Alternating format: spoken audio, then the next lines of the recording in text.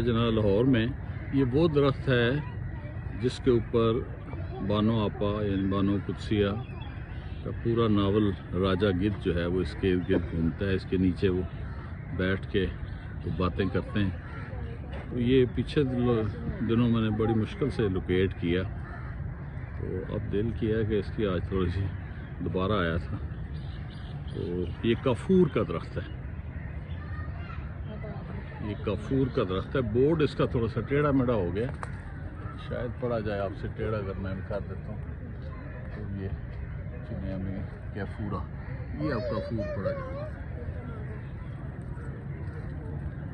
ये है जी। और मैं पीछे से होकर दिखाता हूँ आपको। ये जब बाग़-ए जनाह में एंटर हों तो राइट तरफ जो सड़क दरबार की तरफ जाती है वहाँ ये दरख्त है। अगर आप देखना पसंद करें तो आपके लिए लोकेट करना मुश्किल नहीं होगा। शुक्रिया।